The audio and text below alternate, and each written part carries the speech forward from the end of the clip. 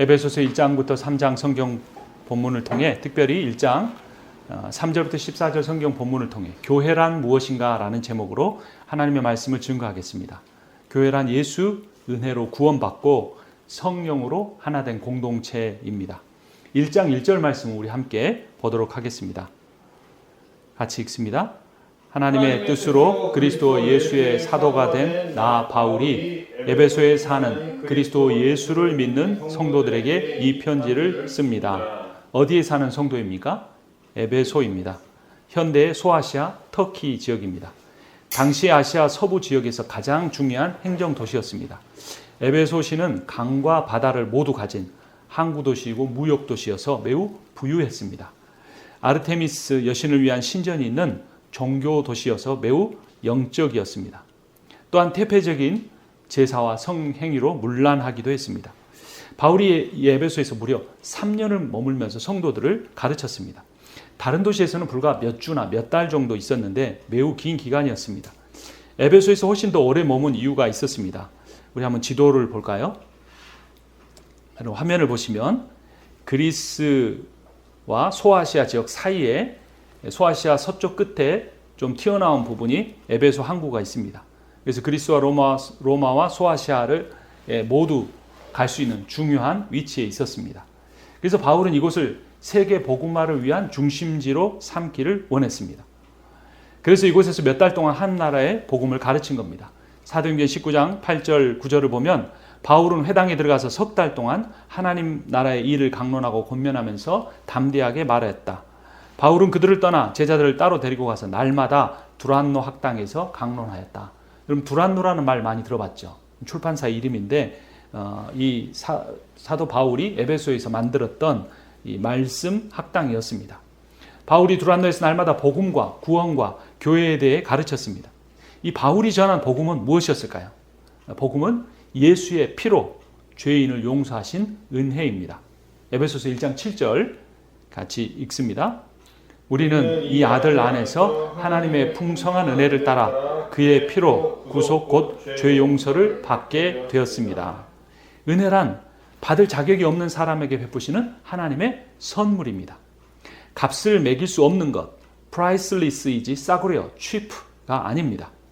구원이 공짜이지만 값으로 치면 이 세상 어떤 것보다 가장 비싼 것입니다. 왜냐하면 예수의 생명값으로 우리에게 구원이 주어졌기 때문입니다. 예수가 우리 죄로 인해 자기 생명을 희생하셨습니다. 우리는 우리 죄로 인하여 어떤 형벌도 그래서 받지 않습니다. 우리가 구원을 위해 한 것은 아무것도 없습니다. 주님이 하셨습니다. 예수의 은혜로 구원을 받았습니다. 이것이 은혜의 복음입니다. 고난이 있습니다. 그러나 이 고난이 은혜를 만나면 축복이 됩니다. 죄로 인한 짐이 있습니다. 그런데 이 죄짐이 은혜를 만나면 회개가 됩니다. 실패가 있습니다.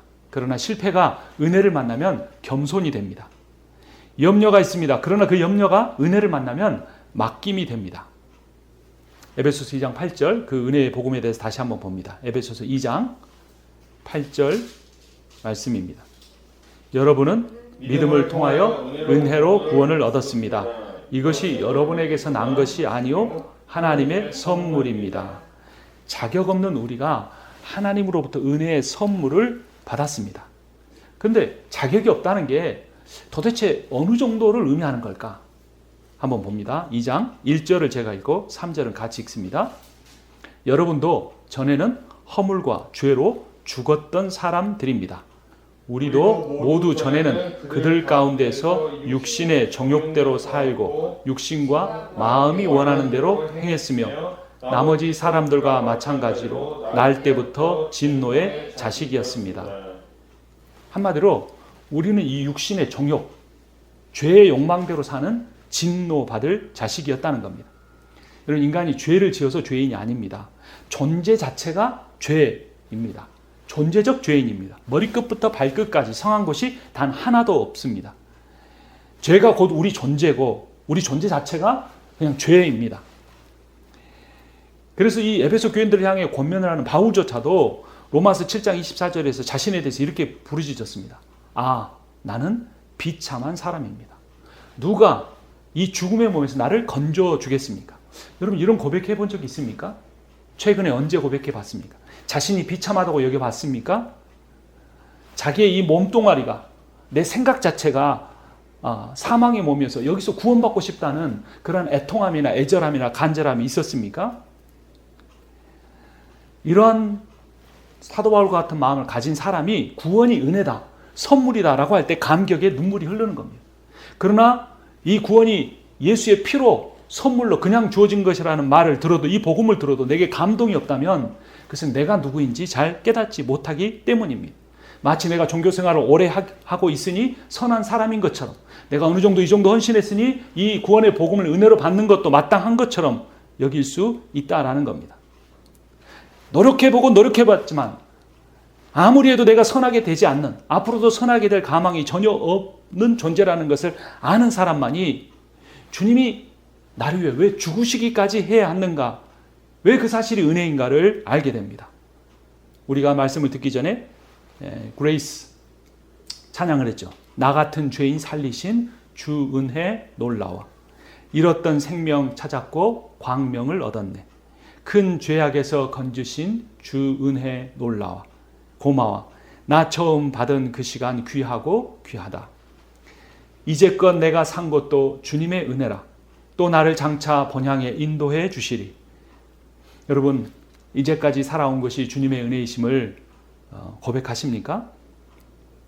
세상에서는 의인을 위해 죽는 사람이 간혹 있습니다. 선한 사람 위해 죽는 사람도 있습니다.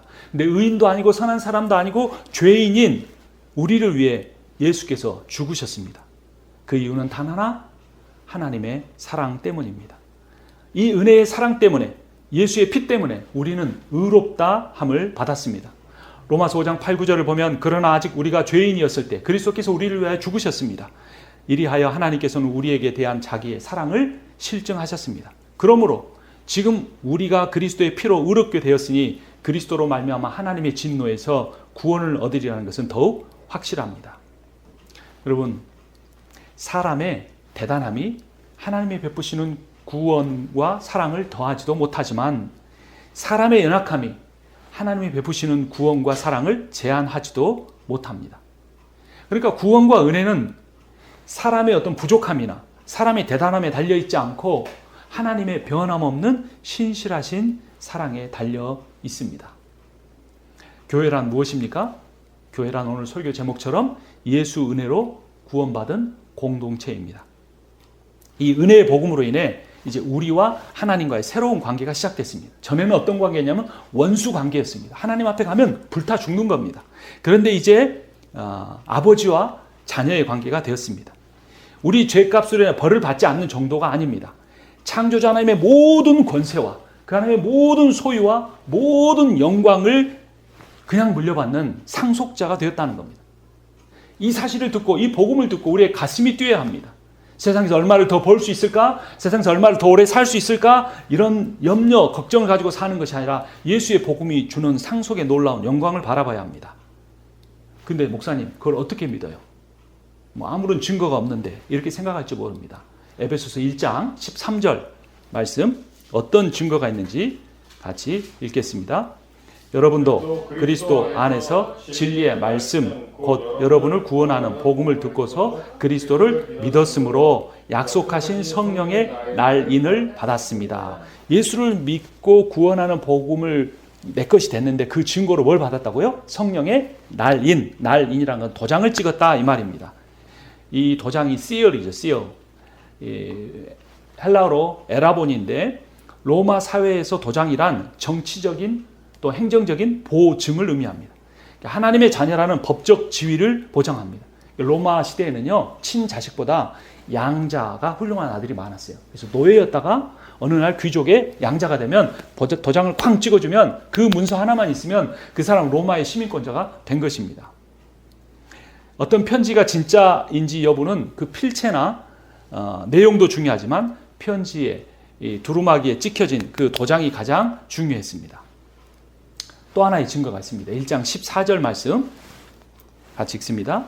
이 성령은 소유인 우리가 완전히 구원받을 때까지 우리의 상속의 담보이시며 우리로 하여금 하나님의 영광을 찬미하게 하십니다. 24절에 상속의 담보다 그랬지. 담보. 아까 우리가 하나님이 상속자라 그랬는데 담보가 있어요. 이거는 보증금이라는 겁니다. 경제적 보증이에요. 그러니까 집 살 때 여러분 뭘 내야 됩니까? 20%? 다운페이먼트를 해야 되죠. 어떤 집 살 때 미국에서는 보통 20% 정도 다운페이를 하죠. 그리고 15년이나 30년 만기가 될 때까지 매월 할부금을 갚아가야 돼요. 그러면 다 마지막이 돼야 내 소유의 집이 됩니다. 그러니까 아직 파이낸셜리는 내 집이 아니에요. 그런데 법적으로는 뭡니까? 내 집이에요. 뭐 때문에 그렇죠? 20%의 다운페이를 했기 때문에 그런 것입니다. 성령이 아직 완성되지 않은 미래의 30년, 15년 뒤가 아니라 영원한 그 구원을 보증해주는 다운페이먼이 된다는 겁니다. 그러니까 성령이 도장을 쾅 찍어주시고 또 우리의 보증금이 되어주셔서 우리에게 주신 그 구원의 최종적인 모습이 어떤 건지 에베소서 2장으로 가봅니다. 2장 4절부터 6절까지 한 절씩 교대로 읽습니다. 그러나 하나님은 자비가 넘치는 분이셔서 우리를 사랑하시는 그 크신 사랑으로 말미암아 범죄로 죽은 우리를 그리스도와 함께 살려주셨습니다. 여러분은 은혜로 구원을 얻었습니다. 함께 봅니다. 하나님께서 그리스도 예수 안에서 우리를 그분과 함께 살리시고 하늘에 함께 앉게 하셨습니다. 놀라운 구원의 모습을 보여줍니다. 하늘이라는 것은 스카이가 아니고 헤븐이에요. 헤븐이란 하나님의 다스리심에 참여한다는 의미입니다. 자, 근데 4절과 5절과 6절에 반복되는 단어가 하나 있어요. 뭔지 아십니까? 시간이 없으니까 제가 말씀드릴게요. 우리를 이라는 단어입니다. 우리를 사랑하신 4절에 또 5절에 우리를 그리스도와 함께 6절에 우리를 그분과 함께라고 합니다. 그러니까 구원은 개인적으로가 아니라 공동체와 함께 완성해 가는 겁니다. 그러니까 내 구원의 여부가 내가 소속된 공동체하고 깊은 관련이 있다라는 겁니다. 내가 소속된 공동체가 성령의 도장이 없거나 성령의 보증금이 없거나 하나님의 말씀이 없으면 성령의 역사가 없으면 내가 그 공동체 안에서 구원받기가 어렵다는 겁니다. 그래서 내가 어떤 공동체 안에 속하는가, 어떤 말씀이 있는 교회에 속하느냐가 매우 중요합니다. 나 하나 말씀 잘 들으면 되지라고 생각할 일이 아니고 공동체가 중요하다라는 겁니다.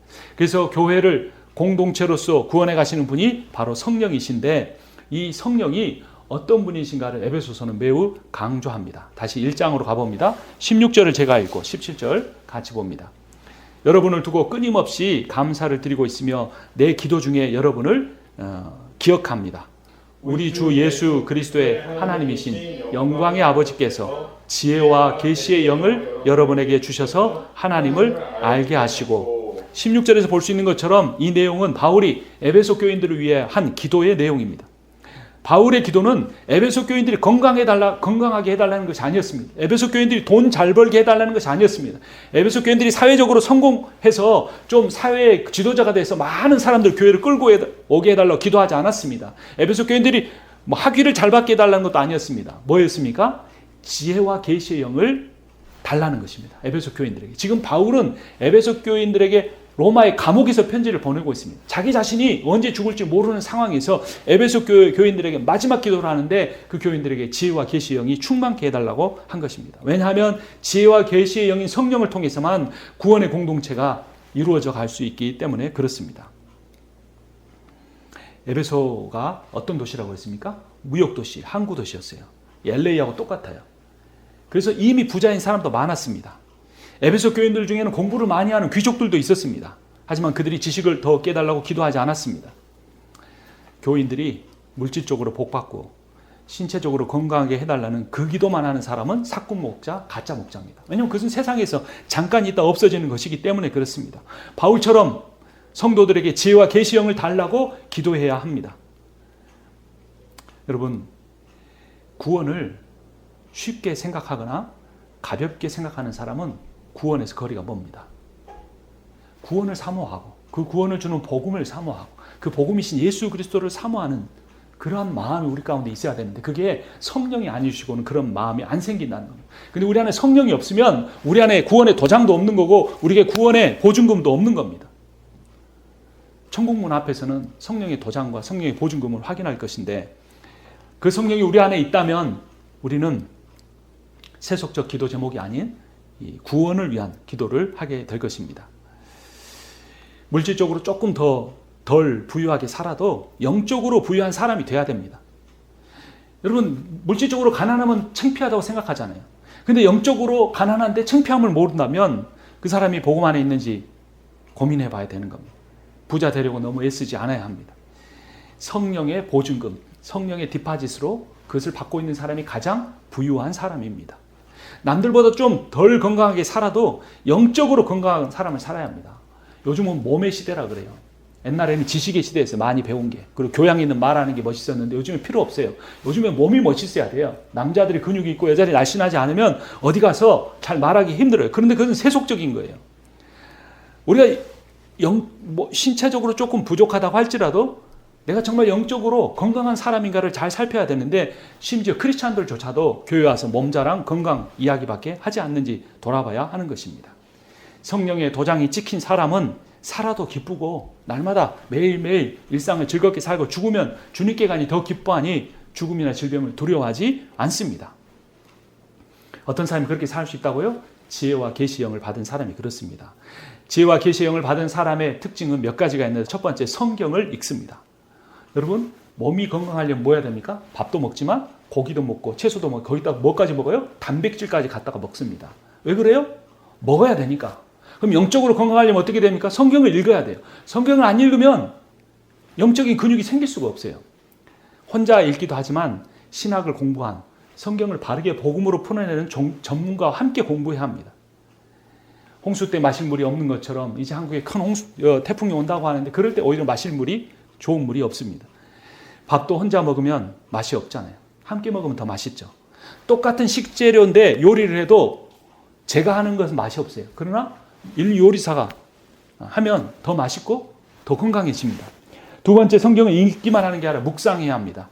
성경을 배우기만 하고 묵상을 하지 않으면 음식을 먹기만 하고 소화를 하지 않는 사람 같아요. 그러니까 잔뜩 먹고 그 자리에 벌러덩 들어넣어서 자버리는 사람이에요. 어떻게 해야 돼요? 먹은 게 잘 소화될 수 있도록 하려면 대화해야죠. 또 나가 산책도 하고. 이게 묵상이에요.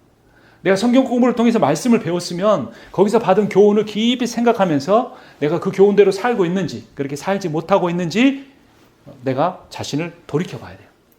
숨을 계속 빨리 쉬는 것보다 깊게 마시고 깊게 내뱉는 사람이 건강해지는 것처럼, 말씀을 많이 배우는 것만 중요한 게 아니라 내가 한 가지라도 붙들면 그걸 가지고 깊이 생각하고 내 것으로 소화하고 되새김질하는 거예요. 소가 되새김질하다라는 단어와 성경을 묵상하다라는 단어가 똑같은 의미예요. 세 번째, 그렇게 공부하고 묵상한 그 말씀의 복음을 다른 사람에게 전합니다. 여러분, 나이를 많이 먹어도요, 자녀를 키워본 경험이 없는 사람은 부모의 사랑을 잘 몰라요. 근데 나이가 어려도 자식을 낳아서 고생해 본 사람은 부모의 마음을 알아요. 그러니까 계속해서 성경을 배우기만 하고 섬김만 받은 사람은 성장하지 않아요. 내가 들은 게 있으면 다른 사람한테 전해야 돼요. 예수는 이렇다, 복음은 이렇다. 그리고 그 사람이 내가 사랑하는 사람일수록 그 복음을 좀 알게 해주려는 그 마음이 자연스럽게 나올 수밖에 없어요. 먹기만 하고 배출하지 않으면 몸이 어떻게 되겠습니까? 마지막 네 번째로, 지혜와 계시형 있는 사람은 기도합니다. 혼자 기도하는 것도 쉽지 않습니다. 중요합니다. 하지만 함께 기도하는 것이 필요합니다. 우리가 주일 오후에 말씀 묵상을 나누기로 했습니다. 나눔도 중요하지만 함께 기도하는 시간이 중요합니다. 우리가 우리 교회 기도 제목을 가지고 오랫동안 나누고 있지만 그걸 가지고 한 자리에 앉아서 기도한 시간이 더 우리에게 필요하다는 생각을 합니다. 여러분, 사도행전 1장 14절에 보면 이런 놀라운 말씀이 있습니다. 이들은 모두 여자들과 예수의 어머니 마리아와 예수의 동생들과 함께 한 마음으로 기도에 힘썼다. 마리아가 누굽니까? 예수의 어머니예요. 예수의 어머니가 예수님께 기도했다는 사실이 좀 신기하게 느껴지지 않습니까? 물론 예수님이 승천하신 뒤지만 예수의 어머니도 기도를 했어요. 근데 우리가 기도하지 않는다면, 그리고 이 사람들 혼자 기도하는 게 아니라 그 모든 제자와 120명의 제자와 여인들이 함께 모여서 기도했다고 말하고 있습니다. 기도하지 않으면 변화가 일어나지 않습니다. 바울의 기도를 봅시다. 에베소서 1장 18절 말씀. 그 계시의 영이 들어오면 어떻게 되는지 이렇게 기도합니다. 같이 봅니다. 여러분의 마음의 눈을 밝혀주셔서 하나님의 부르심에 속한 소망이 무엇이며 성도들에게 베푸시는 하나님의 영광스러운 상속이 얼마나 풍성한지를 여러분이 알게 되기를 바랍니다. 여러분의 뭐가 밝혀진다고 말합니까? 마음의 눈이 밝혀지게 해달라고 합니다. 제가 요즘에 아침에 아내하고 큐티하고 기도를 같이 하는데 큐티 글씨가 너무 작아서 그 글씨를 볼 때는 안경을 벗고 이렇게 가까이 봐야 보여요. 그러니까 눈이 어두워진 거죠. 육체의 눈이. 근데 육체의 눈만 어두워지는 게 아니라 이 바울의 기도를 보면 마음의 눈도 어두워진다는 걸 알 수 있어요. 왜냐하면 마음의 눈을 밝혀달라. 지혜와 계시형을 그에게 부어주어서 마음의 눈을 밝혀달라는 것은 그들의 눈이 지금 어떻다는 겁니까? 어둡다는 거예요. 그러니까 제가 이 안경을 벗지 않으면 가까운 데의 글씨가 안 보이고 안경을 쓰지 않으면 먼 곳이 안 보이는 것처럼 우리의 영의 눈이 어두우면 하나님의 말씀을 들어도 내 마음에 와닿지도 않고 이해되지도 않고 그 말씀대로 살아갈 그러한 변화도 일어나지 않는 것입니다. 바울이 왜 마음의 눈을 밝혀달라고 기도했을까요? 우리 사도행전 19장을 한번 찾아봅니다. 사도행전 19장입니다. 에베소 지역은 우상 숭배가 가득한 영적인 도시였습니다. 그래서 눈이 어두워진 거예요. 에베소 시민들은 우상 숭배로 인해 눈이 어두워졌던 거예요. 그래서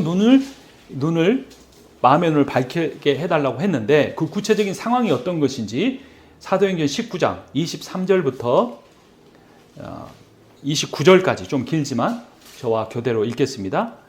23절입니다. 그 무렵에 주님의 도 때문에 적지 않은 소동이 일어났다.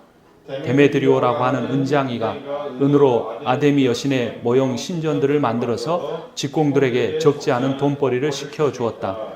그가 직공들과 이런 일에 종사하는 사람들을 모아놓고 말하였다. 여러분이 아시는 바와 같이 우리는 이 사업으로 잘 살고 있습니다. 그런데 여러분이 보고 듣는 대로 바울이라는 이 사람이 에베소에 뿐만 아니라 거의 온 아시아에 걸쳐서 사람의 손으로 만든 신은 신이 아니라고 말하면서 많은 사람을 설득해서 마음을 돌려놓았습니다. 그러니 우리의 이 사업이 명성을 잃을 위험에 있을 뿐만 아니라 위대한 아데미 여신의 신전도 무시당하고 또 나아가서는 온 아시아와 온 세계가 숭배하는 이 여신의 위신이 땅에 떨어지고 말 위험이 있습니다. 거기에 있는 사람들이 이 말을 듣고 격분해서 에베소 사람이 아데미 여신은 위대하다 하고 소리 질렀습니다. 그래서 온 도시는 큰 혼란에 빠졌고 군중이 바울의 동행자들인 마케도니아 사람 가이오와 아리스다고를 붙잡아서 한꺼번에 극장으로 몰려 들어갔다. 이 아테미 여신은 지금 신전이 아직도 남아있는데요. 기둥 하나와 벽돌들만 있습니다. 근데 그때 당시에 신전을 이렇게 복원한 그 그림을 보면 정말 화려하고 멋있습니다. 이 신전에 사람들이 기도했어요. 근데 그 신전의 모습을 뭐 이 컵 모양만하게 또는 뭐 주먹만하게 모형을 만든 겁니다. 그리고 그 모형을 팔아서 너희들이 이 아데미 여신 이 모형을 가지고 집에서 기도하면 이거 문지르면서 기도하면 아데미 여신이 너희한테 복 준다 그랬어요. 그래서 많은 사람들이 그 모형을 사가서 그 모형을 만드는 사람이 돈을 벌었고 그 모형을 만드는 그 회사에 취직한 종업원들 뭐 간부들 이런 사람이 다 돈을 벌어서 에베소에서 가장 중요한 경제 행위가 된 것입니다. 그런데 바울이 전한 복음으로 인해서 그 사업이 망할 지경에 이르게 된 겁니다. 그래서 에베소 사람들이 온 사람들이 다 모여서 바울을 감옥에 가두고 바울을 처벌하려고 하고 있는 상황이었던 겁니다. 그때 그 상황을 사도 바울이 돌이키면서 에베소서 1장 19절에서 이렇게 말합니다. 에베소서 1장 19절 같이 읽습니다. 또한 믿는 사람들이 우리에게 강한 힘으로 활동하시는 하나님의 능력이 얼마나 엄청나게 큰지를 여러분이 알기 바랍니다. 여러분, 돈의 힘이 큽니까? 하나님의 능력이 더 큽니까? 여러분, 에베소의 가장 중요한 경제 비즈니스 모델이었던 그 사업이 에베소 사람들을 더 부유하게 해줄 수 있습니까? 예수의 은혜로 받은 그 복음의 구원의 공동체에게 임하는 하나님의 능력이 그들에게 더 힘이 되어줄 수 있습니까? 이 에베소서 1장 19절의 말은 바울이 앞에 말씀드린 것처럼 감옥에 갇혀서 하고 있습니다. 어떻게 보면 아무런 열매도 못 얻었다고 할 수 있습니다. 에베소 교인들은 핍박을 받고 있을 수도 있습니다. 그러나 바울은 확신 가운데 말합니다. 에베소의 우상을 팔아 수입을 먹고 살고 그것으로 인하여 부유해지는 것보다 우리에게 강한 힘으로 활동하시는 하나님의 능력이 더 중요하다. 엄청나게 더 크다는 사실을 그는 강조하고 있는 것입니다. 종교 단체는 돈을 추구하지만 복음은 하나님의 능력을 구합니다. 바울은 에베소 교회 교인들이 이 하나님의 능력을 얻기를 기도했습니다. 에베소 교인들은 단지 돈에 대한 두려움만 가졌겠습니까? 수백 년을 유지해왔던 그 아담이 여신을 두려워하지 않았겠습니까? 바울이 저렇게 감옥에 갇힌 것도 그 여신에게 잘못했기 때문이라는 그런 생각을 하는 사람들도 있었을 것입니다. 아담이 여신과 관련된 비즈니스가 망하면 다른 비즈니스에도 영향을 미칠 것입니다. 뉴욕 월가의 은행이 망하면 다른 사업체들도 영향을 받는 것과 같습니다. 지금도 불경기이고 내년에 불경기가 온다고 합니다. 그래서 우리는 이 세상의 경제에 대해서 걱정합니다. 하지만 이 세상 경제가 얼만큼 하나님의 우상을 섬기고 있는지에 대해서는 우리가 기도하지 않고 있을지도 모릅니다. 세상 사람들 계속해서 노력하고 일하면 이 세상이 살기 좋은 곳이 될 거라고 말하지만 성경은 결코 그렇게 말하지 않고 있습니다. 이렇게 모여 예배하는 사람의 수가 많지 않더라도 우리가 바른 복음을 알고 그 복음을 찬양하고 그 복음을 전하는 공동체라면 우리는 존귀합니다. 왜냐하면 우리는 예수 그리스도의 몸일 뿐이고 우리의 머리 대신 예수 그리스도가 위대하시기 때문입니다.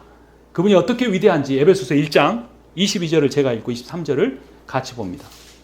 하나님께서는 만물을 그리스도의 발 아래 굴복시키시고 그분을 만물 위에 교회의 머리로 삼으셨습니다.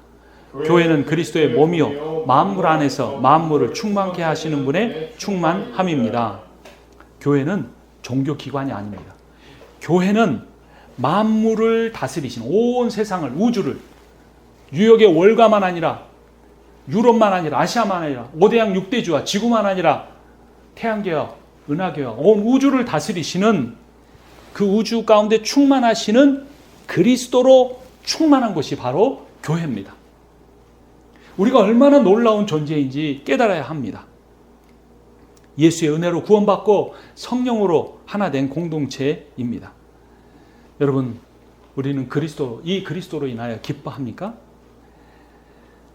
우리를 위해 죽으셨을 뿐만 아니라 우주 가운데 충만하신 그리스도를 기뻐하십니까? 아니면 돈이나 자녀로 인해 기뻐합니까? 돈과 자녀와 건강은 하나님 주신 좋은 복입니다. 그러나 우리가 그것을 하나님보다 그리스도보다 더 귀하게 여길 때 그것은 우상이 되고 맙니다. 하나님 우리에게 주신 복을 복으로 유지할 것인지 우상으로 바꿔버릴 것인지 우리의 태도에 따라 달려 있습니다. 하나님 우리에게 주신 복이 우상이 되지 않게 하려면 내가 누구인 줄 알아야 합니다. 내가 어떤 존재인지 알아야 내 자녀가 잘 돼야 내가 더 잘 되고 돈이 있어야 더 잘 된다고 생각하지 않아요. 그게 없어도 우리는 이런 존재입니다. 에베소서 2장 10절 말씀 같이 읽습니다. 우리는 하나님의 작품입니다. 선한 일을 하게 하시려고 하나님께서 그리스도 예수 안에서 우리를 만드셨습니다. 하나님께서 이렇게 미리 준비하신 것은 우리가 선한 일을 하며 살아가게 하시려는 것입니다. 작품은 헬라어로 포이에마입니다. 일반 작품이 아니에요. 당대의 최고의 예술가가 자신의 혼을 집어넣어서 만든 최고의 걸작품, 마스터피스를 의미합니다. 이 예술가의 작품, 이 포이에마에는 그 예술가의 정신이 담겨 있습니다. 그런데 우리는 하나님의 이 포이에마라는 거예요. 우리 안에 하나님의 형상이 담겨 있습니다. 근데 하나님의 형상의 본질은 아까 제가 우리 아이들에게 사도신경 강의하면서 마지막에 이야기했잖아요. 트리니티라고 했죠. 성부와 성자와 성령이 세 인격인데 하나다. 이게 트리니티의 핵심이에요. 우리가 이렇게 몇 사람이 모여서 예배하는데 우리가 성령 안에 있으면 하나가 된다는 것입니다. 그것이 이 에베소서의 핵심 주제예요. 그러니까 내가 다른 사람과 아이솔레이트된 사람, 소외된 사람, 내가 저 사람보다 더 비교해서 더 경쟁해서 나아져야 한다고 생각하는 사람 안에는 자기에게 포이에마로서의 높은 자존감이 없어요. 그런데 우리가 하나라는 사실을 깨닫고 성령 안에서 하나라는 사실을 깨닫는 사람에게는 오히려 자기를 더 낮출 수 있어요. 겸손해질 수 있어요. 내가 좀 더 사회적으로나 뭐 경제적으로 좀 더 덜 가졌어도 그 사람 앞에 가서 조금 더 굴하지 않아요. 조금 더 뒤처지지 않아요. 왜냐하면 하나님의 형상이 내 안에 있으니까. 그 사람이 복음을 증거해서 그 사람을 섬겨야 하니까. 그래서 하나님은 우리를 그렇게 하나로 만드시는데 그 구체적인 이야기 에베소서 2장 14절을 제가 보고 16절은 같이 읽습니다. 그리스도는 우리의 평화이십니다. 그리스도께서는 유대 사람과 이방 사람이 양쪽으로 갈라져 있는 것을 하나로 만드신 분이십니다. 그분은 유대 사람과 이방 사람 사이를 가르는 담을 자기 몸으로 허무셔서 원수된 것을 없애시고 원수된 것을 십자가로 소멸하시고 이 둘을 한 몸으로 만드셔서 하나님과 화해시키셨습니다. 1장에서는 십자가가 우리의 모든 죄를 용서해 주는 거였어요. 근데 2장에서는 십자가가 사람과 사람 사이에 있는 담을 허무는 거예요. 에베소 교회 안에 갈등이 있었습니다. 적은 수의 유대인이 많은 수의 이방인들을 멸시했어요. 저 할례도 안 받는 사람들, 저 음식도 아무거나 먹는 저 민족들.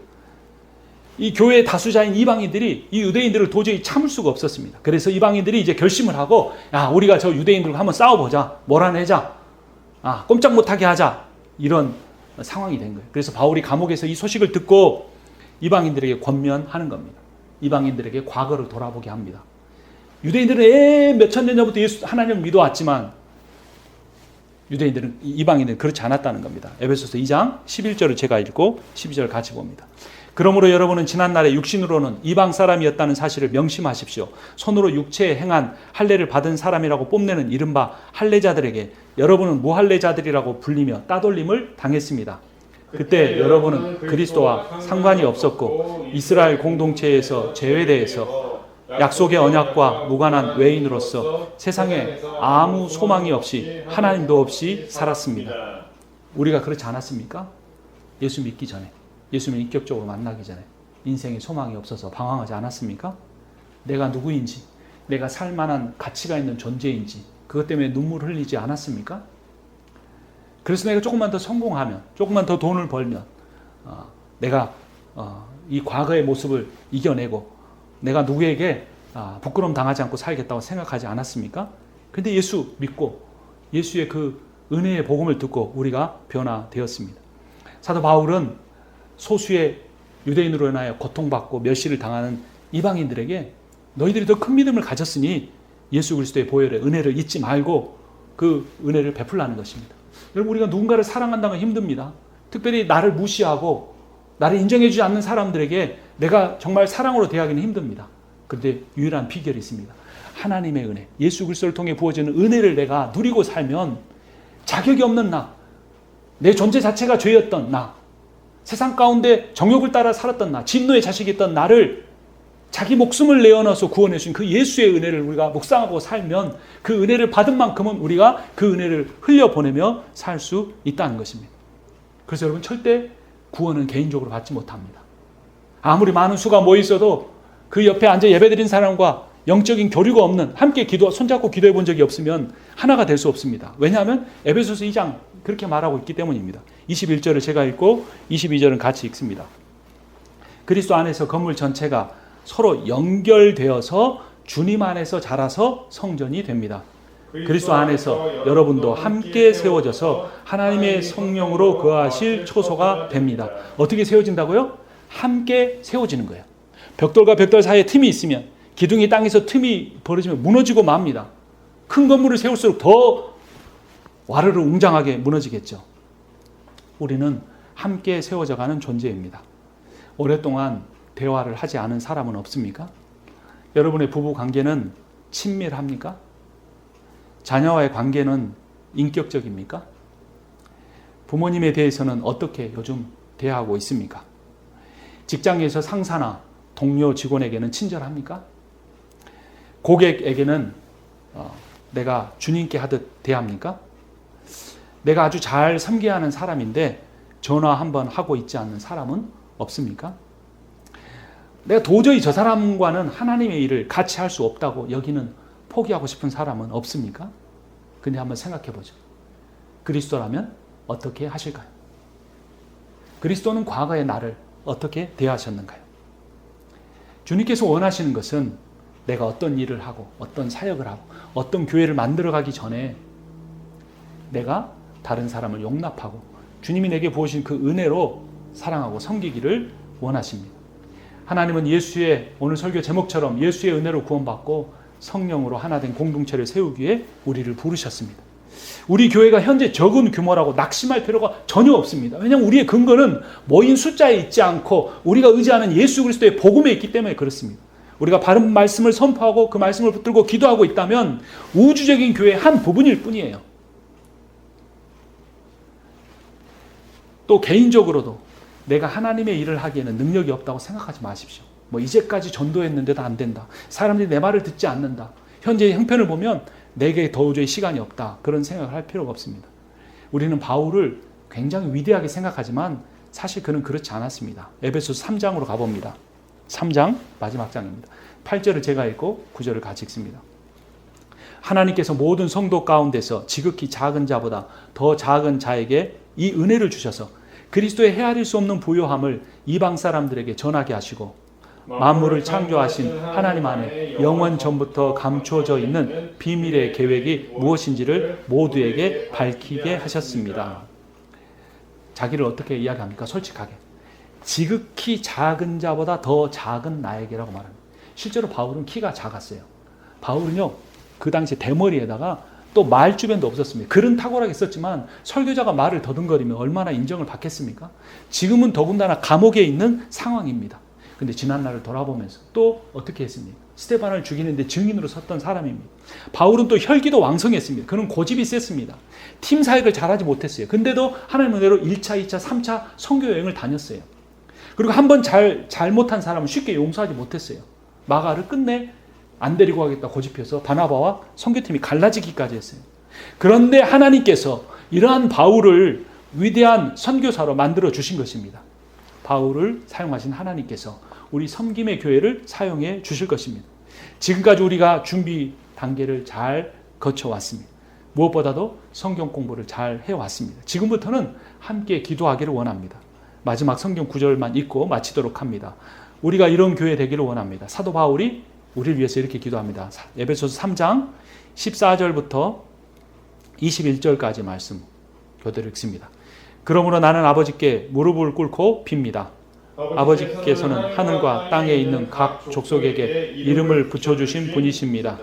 아버지께서 그분의 영광의 풍성하심을 따라 그분의 성령을 통하여 여러분의 속사람을 능력으로 강건하게 하여 주시고 믿음으로 말미암아 그리스도를 여러분의 마음속에 머물러 계시게 하여 주시기를 빕니다. 여러분이 사랑 속에 뿌리를 받고 털을 잡아서 모든 성도와 함께 여러분이 그리스도의 사랑의 넓이와 길이와 높이와 깊이가 어떠한지를 깨달을 수 있게 되고 지식을 초월하는 그리스도의 사랑을 알게 되기를 빕니다. 그리하여 하나님의 온갖 충만하심으로 여러분이 충만하여 지기를 바랍니다. 우리 가운데서 일하시는 능력을 따라 우리가 구하거나 생각하는 것 이상으로 더욱 넘치게 주실 수 있는 분에게 교회 안에서와 그리스도 예수 안에서 영광이 대대로 영원 무궁하도록 있기를 빕니다. 아멘.